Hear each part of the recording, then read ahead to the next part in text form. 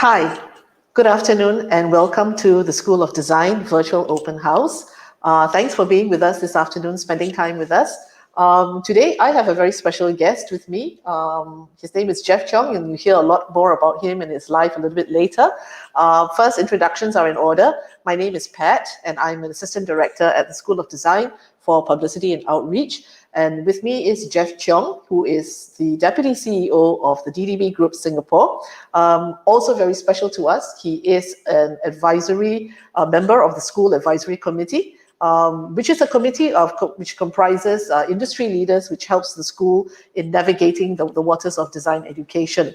On top of that, Jeff is very close to our hearts. He is an alumnus of the School of Design, graduating from us with a diploma in visual communication several years ago.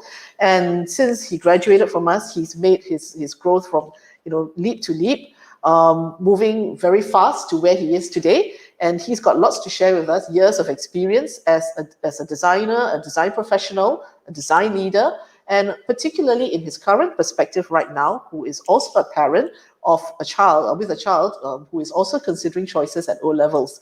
So can I now hand this over to Jeff for him to speak to you a little bit more. And we welcome questions. So even as Jeff is talking, please feel free to type in your questions at the dialog box in the chat session, and we will attend to all questions at the end of Jeff's presentation. Over to you, please, Jeff. Thanks, Pat. Hope you guys can hear me. Hello, everybody. Thank you for inviting me here today to spend the afternoon with you. Thanks to Temasek Polytechnic. It's always good to be home. I've called this campus to my home before we graduate. I was originally from the Stirling Road campus, so that will probably give you a hint on how old I am. So I thought today I will speak to you in three personas. Number one, I'll speak to you as a professional. Number two, I'll probably speak to you as a student and try to recall what I've learned in my campus life in Temasek Polytechnic. I still consider myself as a student. I'll tell you why later. And then third, as most of you parents who are kind of waiting anxiously for the O-level results come next week, I'm also a parent. My son is also expecting his result next week, and we're having conversations about the possibility of pursuing the next chapter of his life in the Polytechnic. So allow me to just share with you the kind of work that we do. I think a lot of us parents outside would probably be wondering, what does a diploma in communication design allow your child to kind of venture into? This very similar question that my parents had when I said that I wanted to pursue an education in design studies, because they were not so informed. I recall back then I had to do the joint admission exercise separately because the main JAE was a kind of a form that we filled up, and then for design, it's something that is separate. Took me quite a while to kind of convince them, and I promised them that I will work very hard, and then I never looked back, and it's probably the greatest decision that I've made. So I thought maybe to give us a snapshot of the kind of work that we actually do is really diverse. And later on the presentation, what I'll do is I'll unpack for us the opportunities in a post-COVID world, what this industry could actually do, to kind of take advantage of the situation right now. So I thought I'll share with all of us some of the work, and I always like to share the works that we've done in the agency, because I'm so proud of it, because day to day we work with close to 300 people. They're all very talented and they're all very hardworking. And we are as good as our last piece of work. So I thought the best way to show the work is really just to recall what happened in the past 60 or 90 days, because the work is fresh. So I happen to work in DDB. I function my day job as a deputy CEO for DDB. I also look after another part of the division is called Tribal Worldwide. That's very close to my heart, because that probably has my DNA flowing through, because I was kind of tasked to restart this unit, and since 12 years ago. So 12 years into this agency, and I'm loving every minute of it. I thought it would be interesting because when COVID first started, when we had our circuit breaker lockdown, and our world has kind of come to a grinding halt. Jobs couldn't carry on and function the way it used to be. And then the world in Singapore was kind of like divided into essential and non-essential, right? Whether you're an essential worker, you're a frontliner, or you're a service provider, or a non-essential worker. So when we found out that we were classified as non-essential worker, I was a little heartbroken. But I think nonetheless, we found our ways to get seek permission from the various authorities, and we find ourselves back on track to be able to contribute. I want to share with you what are some of the key works that we've been involved with, especially with some of the government bodies to actually roll out the COVID communication. And we are actually in the front center, in the thick of it. You probably have seen this. When we started the first COVID communication, was to really think about what we could do to actually alter behavior. At that point, we have to let people know that there are several behaviors that they have to adopt in their daily lives. And of course, there's so many ways we could have said it, but I thought that the team thought that one quick win for all of us is to bring back, what Portugal did 17 years ago with SARS, and of course give it a twist. And what we did was we brought him back onto the stage, and we delivered a very strong message that was catchy. That there was a song that was being written. It's a song and a rap. Portugal then shot to fame again. I was quite surprised that my primary school kids suddenly saw, who is this uncle? And it was very catchy, and people were like singing the song. And this is really at the heart of what we do: communication. Communication, you could have done it in just sending out a PowerPoint. But I think for us to do this, we want to capture people's imagination. We be also sensitive of the situation, not to make light of it, but to make it catchy so that it ingrains in people's mind, and through it actually promotes an action that we really want to drive, which is simple health tips reminder. Wash your hands, keep a social distance. If you are not feeling well, go see a doctor. Blah blah blah blah. And of course, these photos that you see here were done before circuit breaker and any social distancing rules were implemented. That's why we could be like that. Okay. Along the way, we also did several narratives where we got real life stories of fellow Singaporeans who actually are going through a transition. May it be a job, may it be a recovery from COVID, or someone who is a graduate that's the graduating class of 2020. We brought their stories to life in this what we call the Emerging Stronger series. And these stories are actually quite moving emotionally, but they're designed to really help to lift up the spirit. So if you look at how COVID first started, it really shocked people on the curve of the graph, and then after that, as things mellowed down a little bit, people are like more stabilized. But then comes the reality of jobs, right, and the economy, and then the stress level goes up again. And we find ourselves in the area where we are able to work very closely with the government and to push up these comms and really drive them to various aspects. So, for example, to drive them to look for jobs in the workforce, skills future, to upskill themselves. And in this whole effort of COVID, creating all this communication in a new normal wasn't easy for us. We sought to look at how we can partner with our industry partners, the production guys, the video guys, and a lot of the shoot were done remotely. And the efforts were kind of recognized. in Google's leaderboard.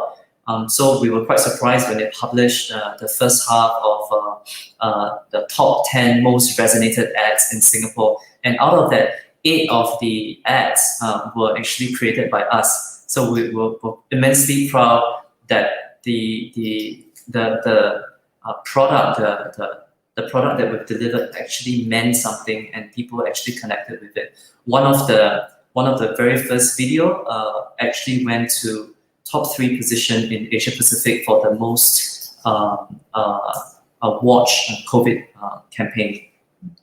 Right. Well, next, of course, not just looking at the domestic side of things. We also have a lot of clients that are with us that we service. Our jobs, our responsibility with all these clients, is basically to help them to communicate their products and their services. And of course, with us involved, what we hope to achieve is to help them to achieve their ROI. And also, and this time, during this COVID season last year, which is not very far from it's still very fresh from my memories, we had an opportunity to work with iShop Changi.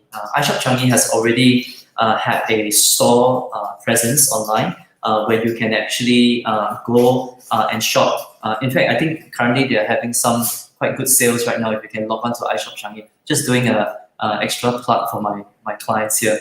And but what we did, something that was extra, is we saw the popularity of live content coming into play, and we merged the live content, live entertainment, and shopping together, and we got hold of the favorite personalities, the influencers in Singapore, and we just created a live.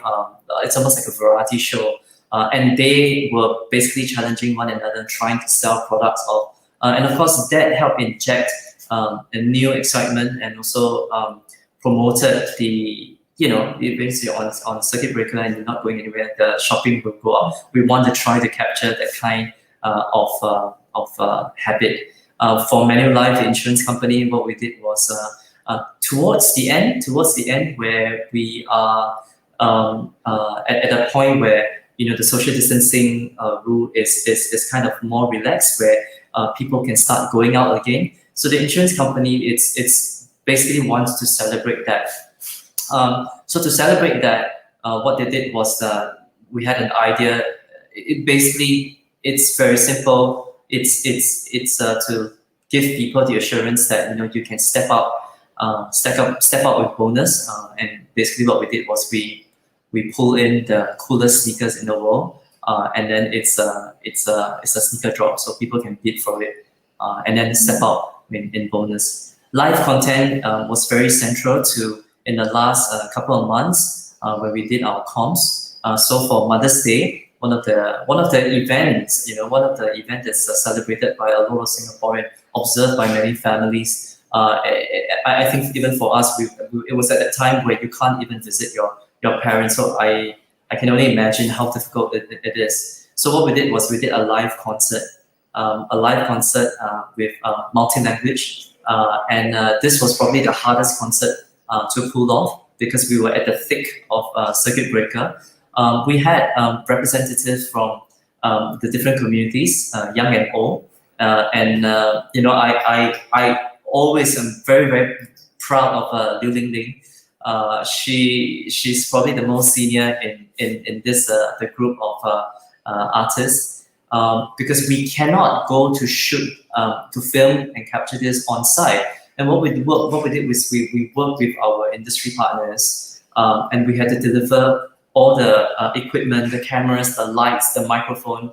It's all labeled in colors, and we just drop it outside. Not even near the home. It's like maybe like 20 meters on the home, and the transport went away, and then we had to call her, and she had to video call us, and we had to instruct her how to set up the lighting and all that just to get it going. So it was filmed live.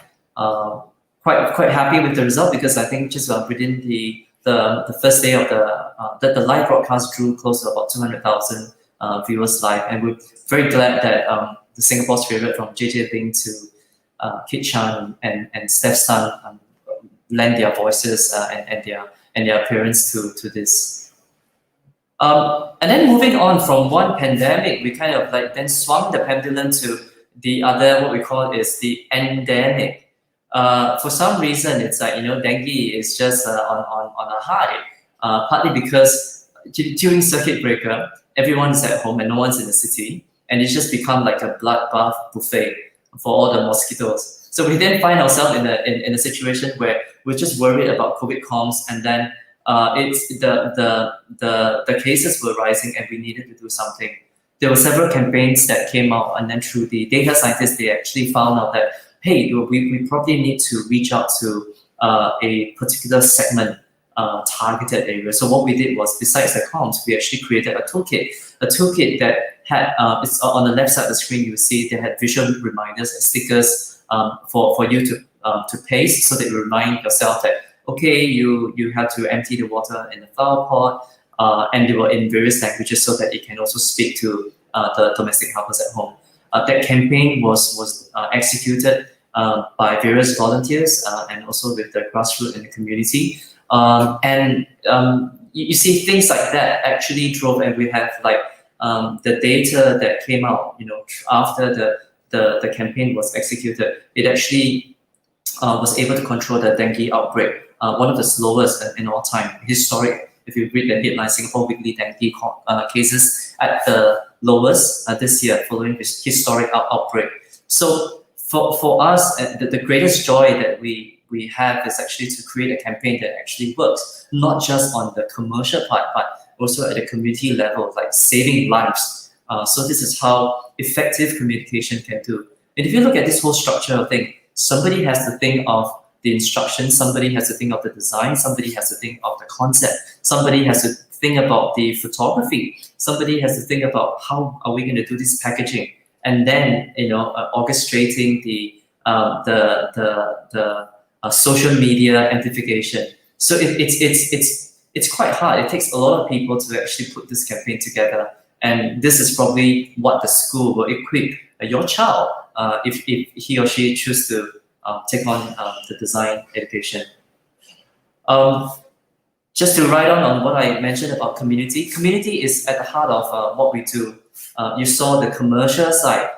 So right now I'm going to show you what we do in the community. We also know that perhaps one of the biggest pivot, right? I just have to use the word pivot, is the digitalization. It's taken this pandemic to actually shift businesses and as well as our seniors into the digital lifestyle, digital economy. From the very act of having a smartphone, safe entry, and then of course encouraging them to go into various digital channels to actually get their content.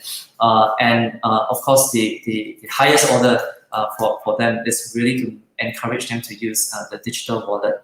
And we find ourselves in a position to push out SG Digital. And we're very happy to see that the SG Digital ambassadors are on ground, really helping to get our seniors connected.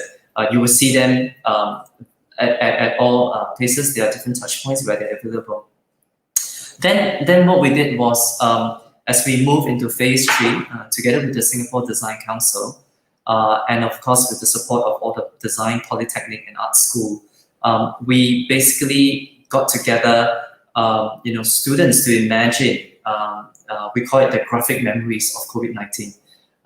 Just a play of word to basically get the students to create graphic design, to help us commemorate, help us to remember, help us to articulate the experiences and memories that really shook us, that really left a deep impression in our lives. We've also been supported by the leading designers, who have global accolades in Singapore. They also lend their design interpretation in this.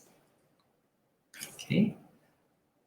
At work, besides doing the work, we sometimes see ourselves as frontliners as well. We as people who are very plugged into the community, we found ourselves in a space where, hey, we want to appreciate people beyond beyond the healthcare industry, right? So a lot of effort has been focused on cheering on the healthcare workers.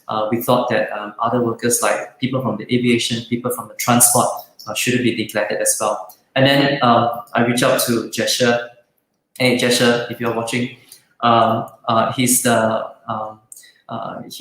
marketing director for Yakun. It just took a phone call, and very, very generously, Jesher said, okay, let's do this. Let us come together. We supply the manpower, they supply the favorite drinks that Singaporean love. And we basically work out a schedule where we can do coffee drops at different places. And we got volunteers, not just from our offices, volunteers from different walks of life join us as we really just bring this coffee to them and show our appreciation. So I think it's very lively at the workplace as well. We don't just focus on work. We also think about how we can be part of the community narrative, right? Now next, this is I'm speaking to you from Temasek Polytechnic in a room all by myself. To be more exact, location would be Equator. I've always taken a keen interest in education. Some say it's a payback, but I think I've never left Temasek Polytechnic. In many ways, I just saw that the only way for me to improve the kind of hires that will come into my office is for me to actually co-partner with the lecturers, with the school, with the academia team, to see how we can infuse more of our presence to teach them a lot of things that we learn from the industry, so that the students get first hands-on experience. It's almost like the moment they graduate out of the school, they will be able to work in our office almost immediately. They will speak the same lingo, we will have the same expectation, and they know the ways to do so. So we thought that one of the ways to do this was to set up a first in-campus operation in Temasek Polytechnic. So I'm very, very grateful and thankful for the lecturers and the management team to pilot this. So we had a good run for 3 years, and it was a program that was supported by EDB. And then from there, what we did was we brought different faculties within Temasek Polytechnic, not just School of Design. So, School of Electrical Engineering, Fashion, even the psychology, applied science, they came together. So based on the product that we want to build, based on the projects that we have on hand, we curated the students. It is an elective program, so they have to go through some form of interview from my head of department before they get enrolled in this program. And in this program itself, yes, it is somehow like internship, but I would say that it's internship on steroid, because the kind of program that we actually run, it's very, very intense. So they run through the academic program by all my HOD, and then we really just put them into projects group where they have access to build not just a regional project but also local projects. Just first 2 years into this Equator, we have completed several award-winning projects and commercial projects. The program is still very much alive right now, and we just can't wait for it to start. And of course, with this, what we've done, we've also expanded into other polytechnics. So beyond work, as an agency, we always see ourselves as challenging the status quo and what we are supposed to be.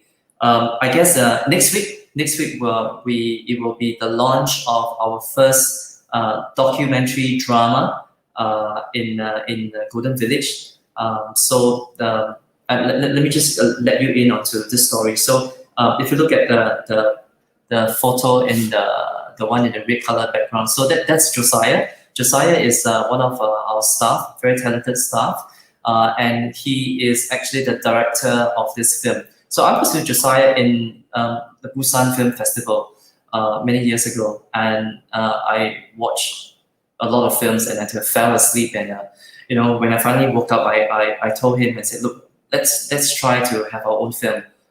There's no reason why we can't have our own film and to let's go into film festival, because I think that's something that we love. We love storytelling. Let's try another avenue, another platform.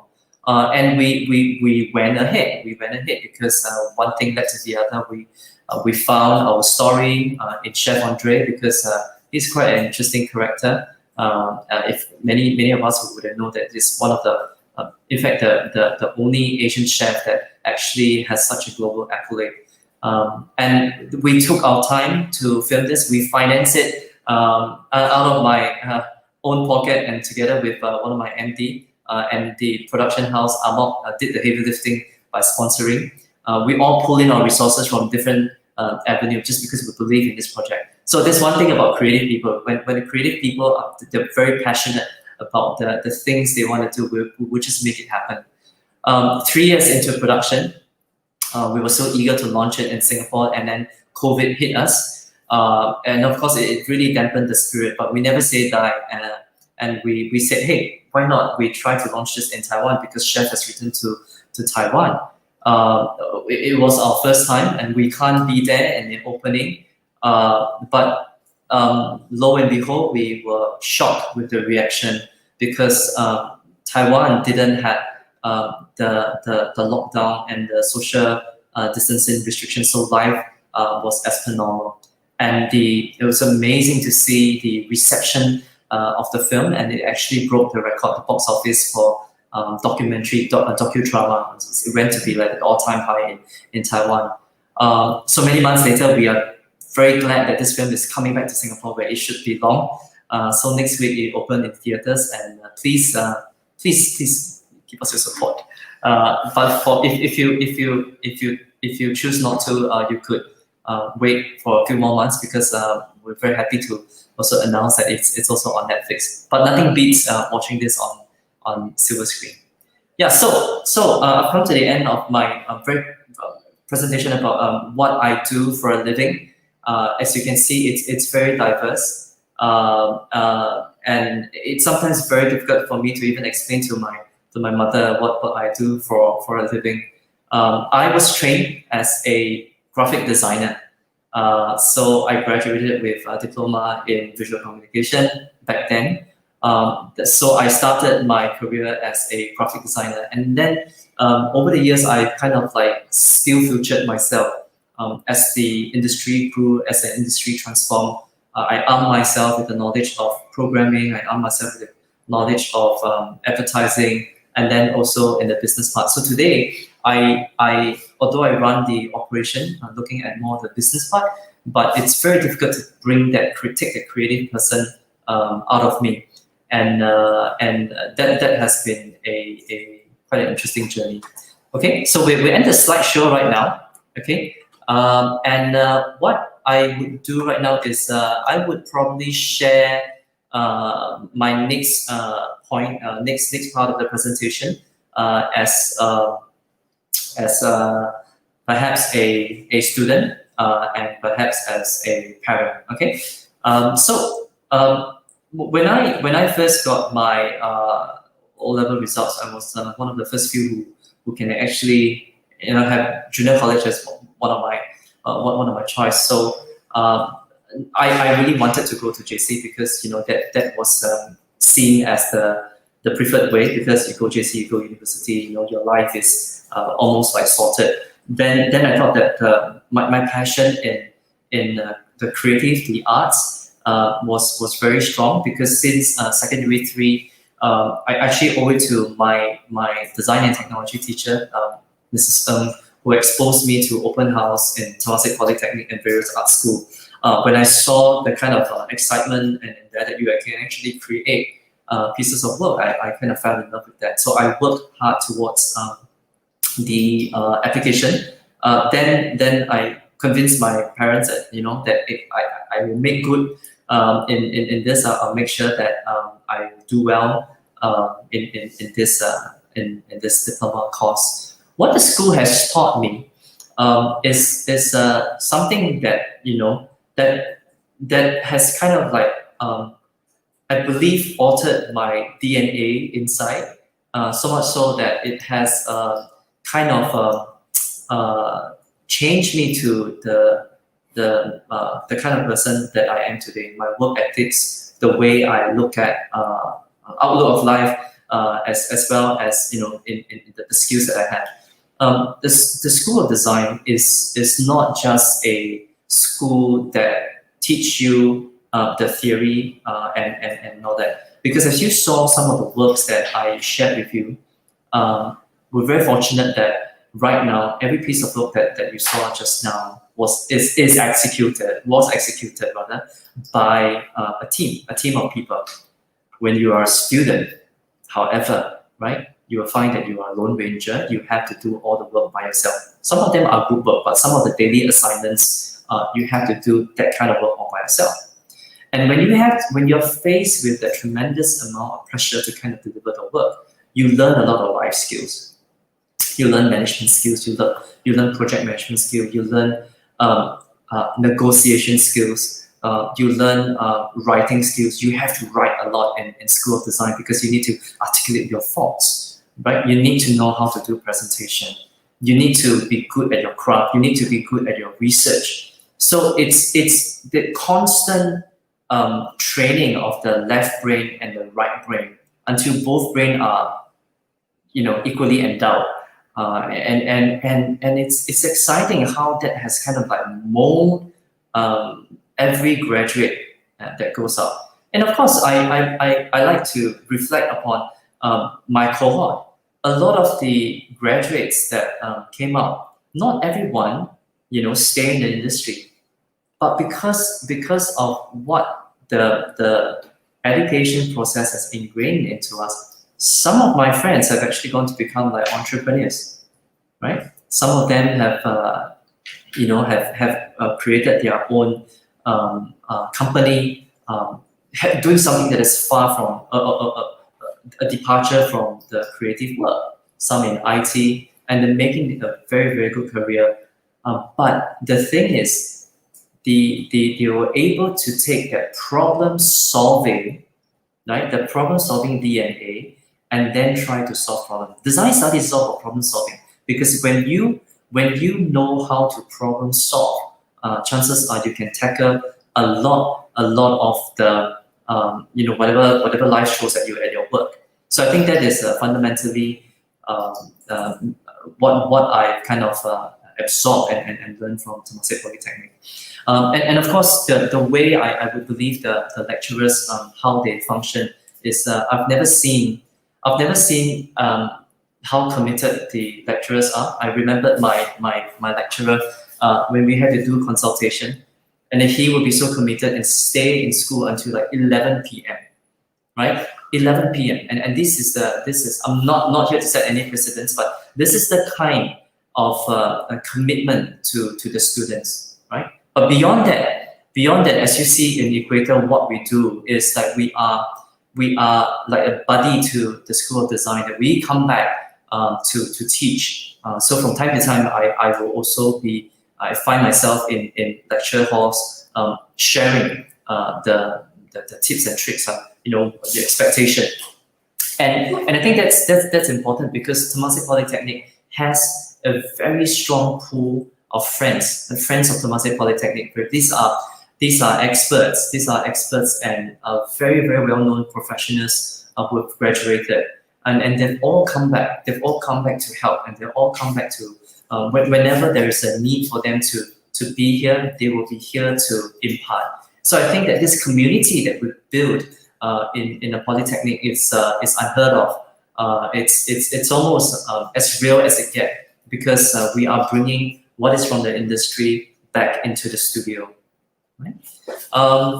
So that's my learning experience in the school, and then of course, speaking as a parent right now, I too am a bit worried as well.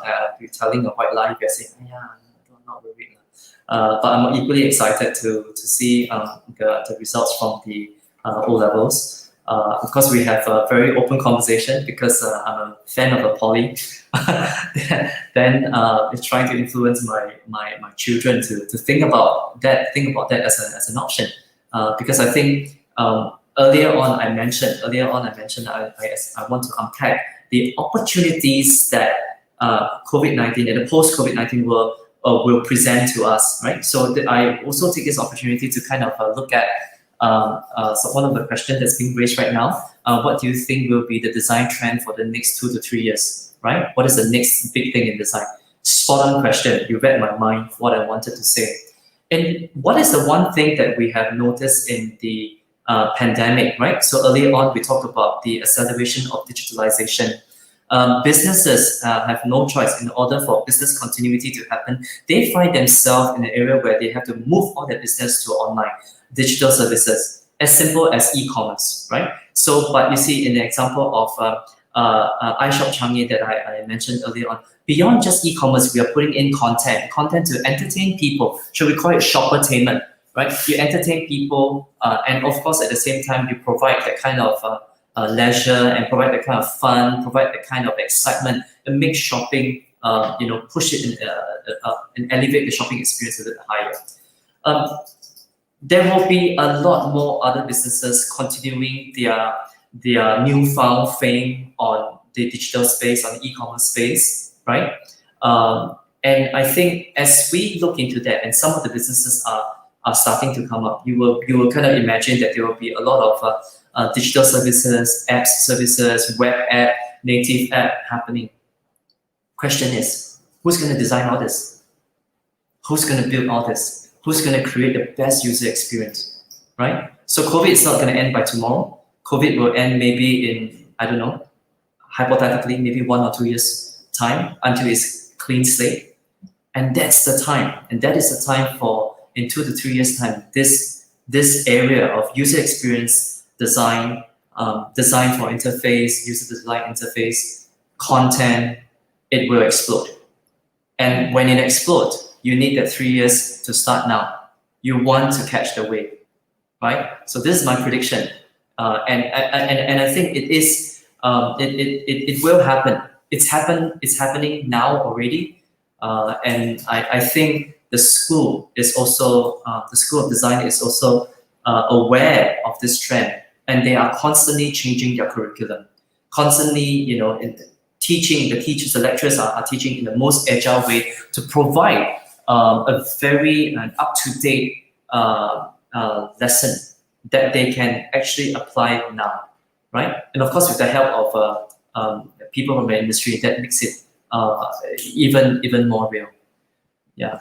So I think I've kind of taken a half an hour to just run through what I do, what I learned, and what I think will kind of why a design education is urgently needed right now, because we must prepare for ourselves for the digital boom in about 2 to 2 years time.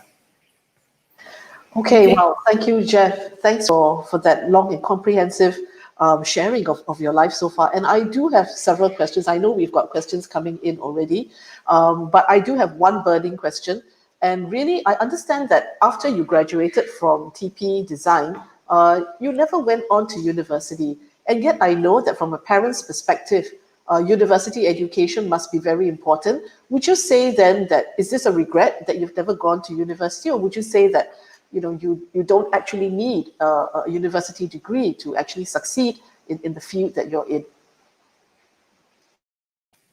Thanks, Pat, for the question. This question always pulls an emotional, tug in emotional like string in my heart, because I really wanted to go overseas and study, because financially growing up, we came from a very, very humble family, and we were not able to do that. In fact, okay, so this may not resonate to the younger audience. In the past, okay, so universities from London and the USA, they will come to Singapore and they'll do their road shows and the trade shows, and then students can actually go and speak to the dean, and you bring your portfolio and all that. So I remember after graduated from TP, I was just waiting for my national service. I will bring my heavy portfolio and my go for all this interview. just to see if my standard was good enough to get an exemption in all the first year and all that. So I was accepted to into all the schools. Then for me, I thought, oh, I felt really, really great. Then when the proposal came and I saw the school fees, I didn't even show my parents because it would just be impossible. Was that a big regret in my life? Yes, definitely. Because that is one of the check mark I would like to have. But on the other hand, after national service, I started working, and I've never looked back since, because I find that as I work, it is basically like the university of life. I learn the most at work, I think the design industry, or the creative industry in particular, we are basically quite, I would say, we look at a person's ability to work. It is a very inclusive industry. Many times we don't even look at your qualification.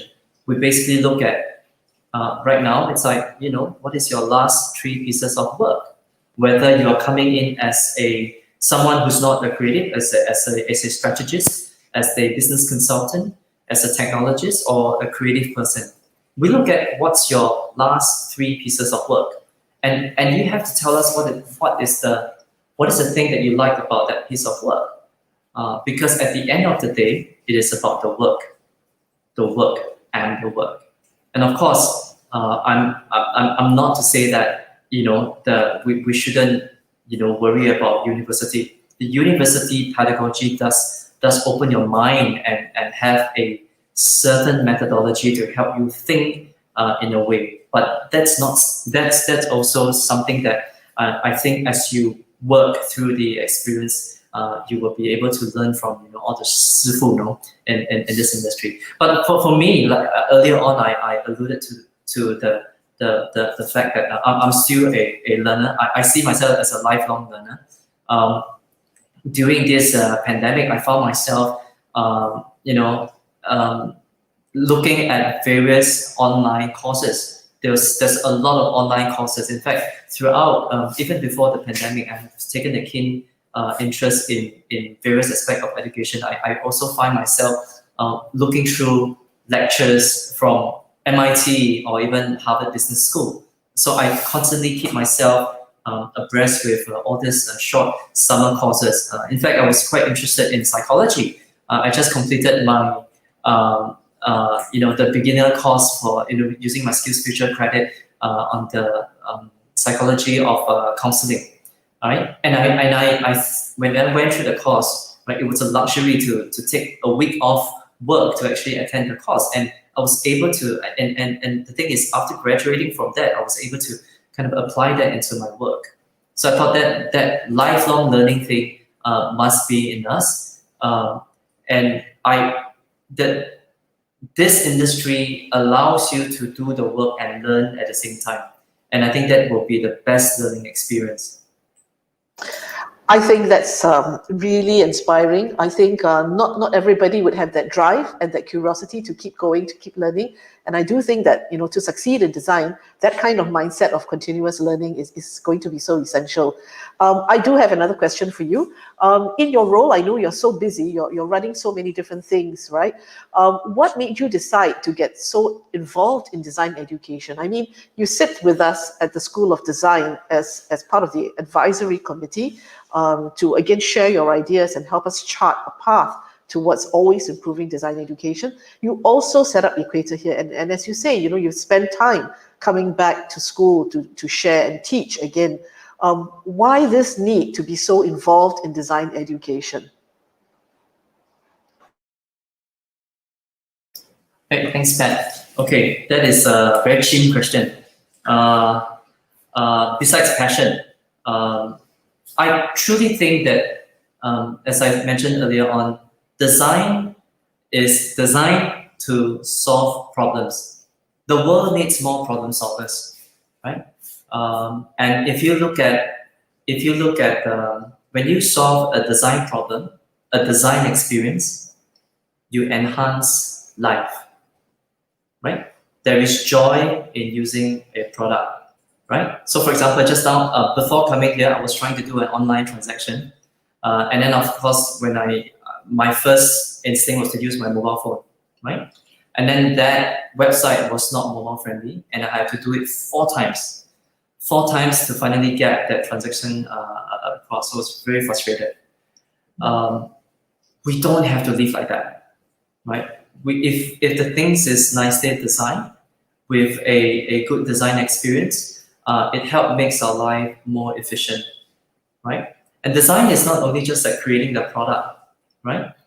Design is also it's also the design experience is also used to basically improve our lives, improve our living, and also to save lives, for example, right? So if you need to have access to a AED in the mall, what do you think? How would you know how to use it? Someone has to possibly do a instructional design in a graphical format so that you could follow it and use it and probably save someone's life.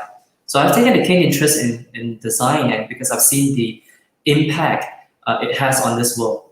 And I think that Singapore could be a design hub, and we are actually in the right trajectory to actually elevate the status of designers. And of course, you look at most of the big institutions like the banks and they are starting to have their own very their in-house user experience team, and these are people who are designers, right? Because you need a lot of people to actually optimize. We are living in a world of optimization, and it's basically helping us to make decisions better and helping us to move from point A to point B in the most in a frictionless way.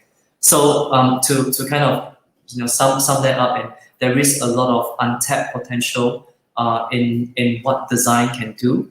The school is only giving you the tip of an iceberg. When you actually move out into the space, you could find yourself in a startup where you could take your idea into a global business. Thank you, Jeff. After hearing all the work that you've done, I think you're really at that crossroads, that juxtaposition between social and community and commerce, right? Your work covers so many different areas. And then to piggyback on that observation, then let me read out this question right now that we have.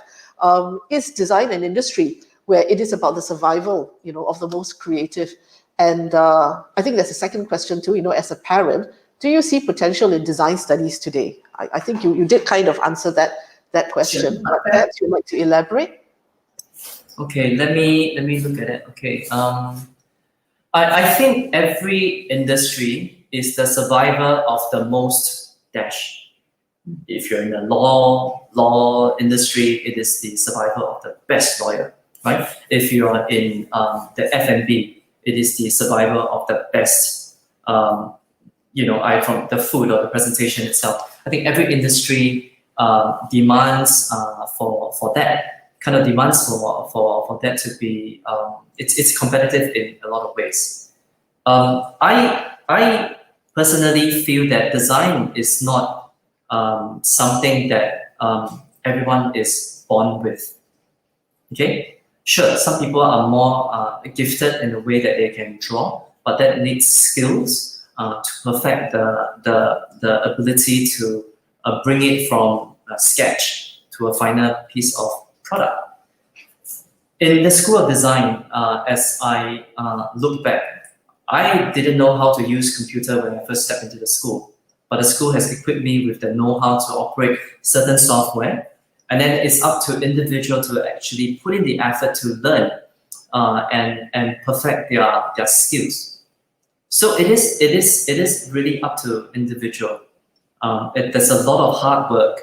There's a lot of hard work that goes into the success of every successful designer. So I think if you are passionate in the industry, if you put in the hour and if you're focused, I think you will do okay. And because I think no one's going to be perfect, right? I don't subscribe that, practice makes perfect, but practice makes better. You get better every day. And I think that is the most important thing. I really like that last line about practice makes better. And I think that's so true. And design really is an iterative process. We keep improving on that product.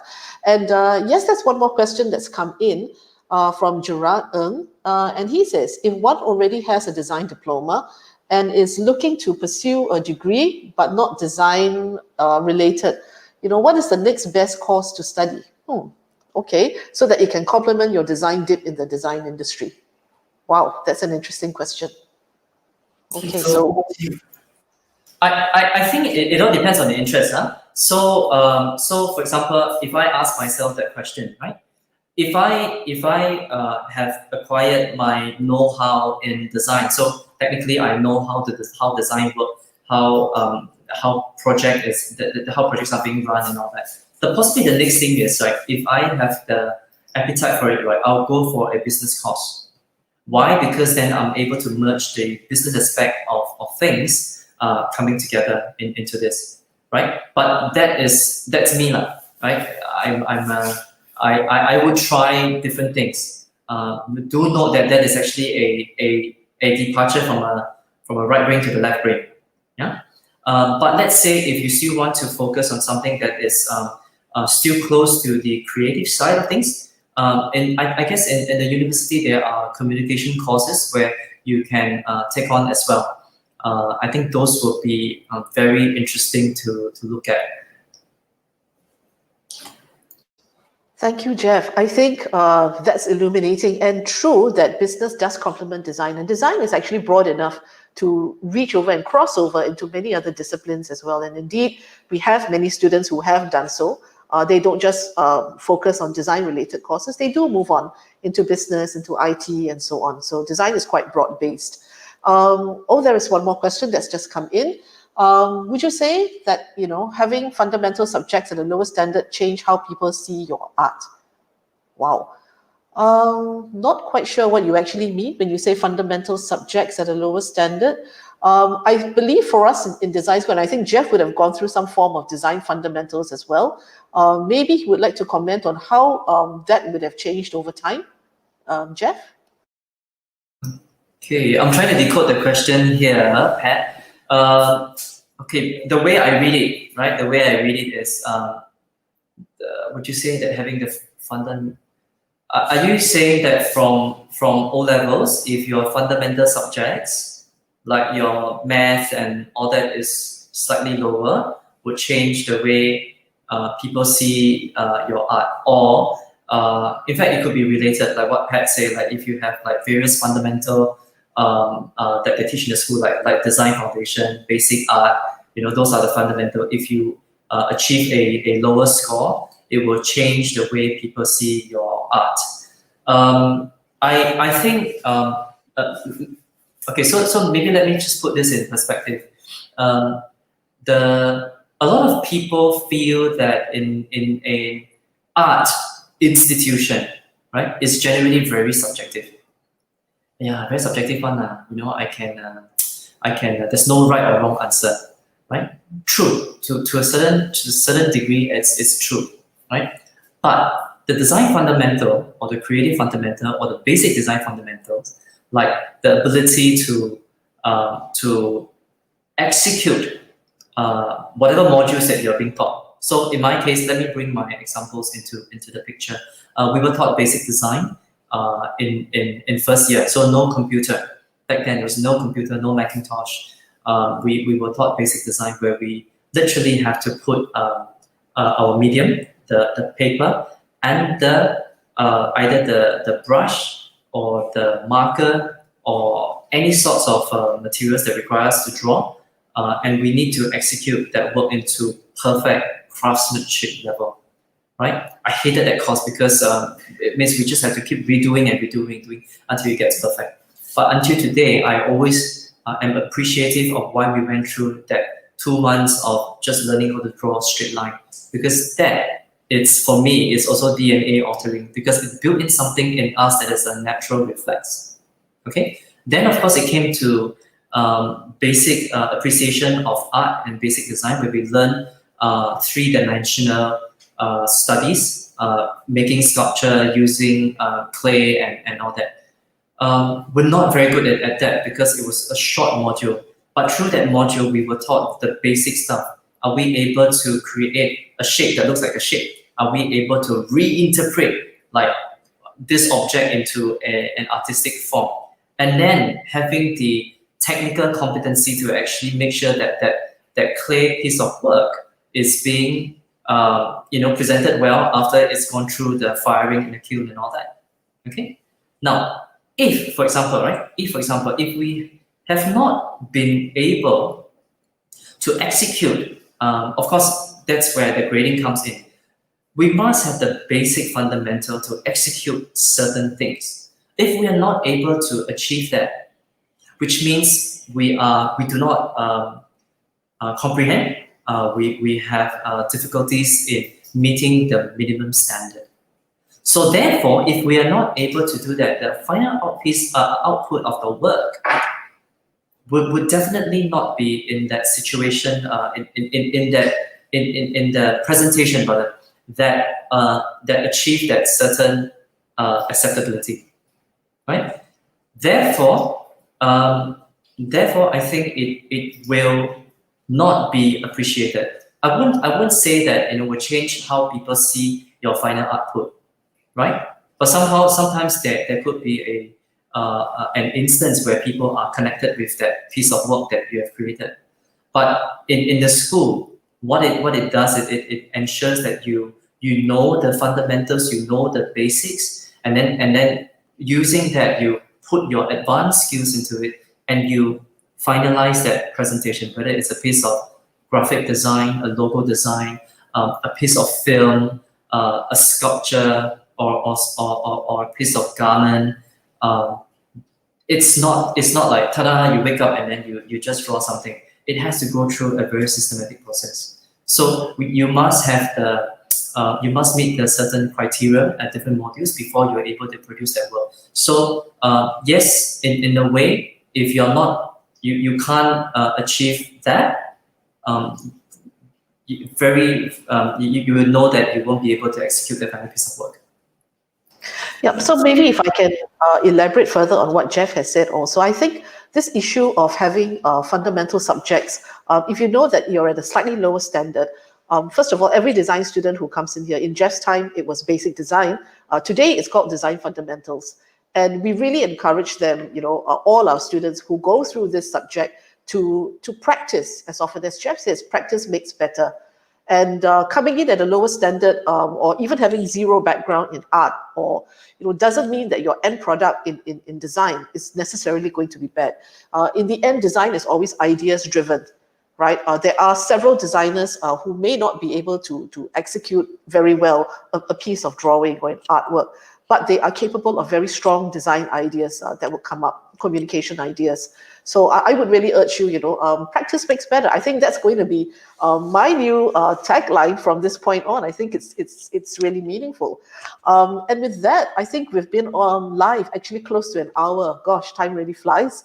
Really want to say thank you so much again to Jeff for really spending the afternoon with us today, and for sharing so candidly his journey, his work, and his thoughts. Really deeply appreciate it from the School of Design. Thank you so much, Jeff, for being here. And for all of you out there, if you have burning questions, again, for all of us, please do write in. There are many avenues to reach us at the open house. We are on today until 6 p.m. There are e-consults available. So, send in your questions, come talk to us. We'd be happy to answer any question. And Jeff is really living testimony to the journey that you can make as a designer. I thank him for that. He's been an inspiration. Thank you very much, everyone, and see you. All the best.